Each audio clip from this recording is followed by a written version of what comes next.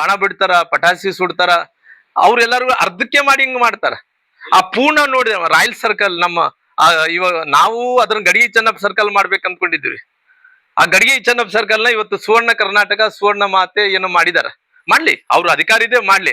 ಅಂದ್ರೆ ಅದೊಂದು ಇತಿಹಾಸ ಇದೆ. ಗಡಿಗೆ ಚೆನ್ನಪ್ಪ ಸರ್ಕಲ್ ಅನ್ನಂಥದ್ದು ಆಗಿನ ಸಂದರ್ಭದಲ್ಲಿ, ಗಡಿಗೆ ಚೆನ್ನಪ್ಪ ಸರ್ಕಲ್ ಅನ್ನಂಥದ್ದು ಆಗಿನ ಸಂದರ್ಭದಲ್ಲಿ ಅದ್ರ ಐಡೆಂಟಿಫಿಕೇಶನ್ ಆಗಿದೆ, ಅದ್ರಕ್ಕೊಂದು ಬ್ರ್ಯಾಂಡ್ ಇದೆ. ಆ ಬ್ರ್ಯಾಂಡ್ ಇರುವಂತ ಸರ್ಕಲ್ ಅನ್ನು ಅದು ಬೇರೆ ರೀತಿಯಲ್ಲಿ ಕೂಡ ಅದ್ರ ಬೇರೆ ಹೆಸರನ್ನು ಕೂಡ ಮಾಡಂತ ಕೆಲಸ ಅವ್ರ ಸರ್ಕಾರ ತೀರ್ಮಾನ ತಗೊಳ್ಳಿ, ಅವ್ರು ಶಾಸಕರಿದ್ದರ ಮಾಡ್ಲಿ.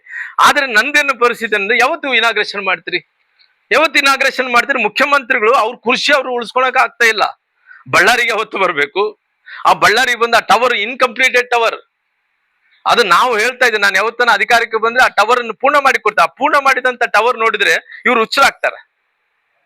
ಆ ಪೂರ್ಣ ಆದಂತ ಟವರ್ ಹೆಂಗಿರುತ್ತಂದ್ ನೋಡ್ಬೇಕು. ಯಾಕಂದ್ರೆ ಇವ್ ಅರ್ಧದಲ್ಲಿ ಅವ್ರ ರೊಕ್ಕ ಇಲ್ಲ.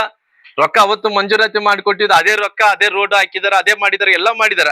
ಆದ್ರೆ ಮುಖ್ಯಮಂತ್ರಿಗಳು ಯಾವಾಗ ಬರಬೇಕು, ಅದನ್ನ ಅರ್ಧ ಟವರ್ ಅನ್ನು ಯಾವತ್ತು ಓಪನ್ ಮಾಡೋಕ್ ಗೊತ್ತಿಲ್ಲ.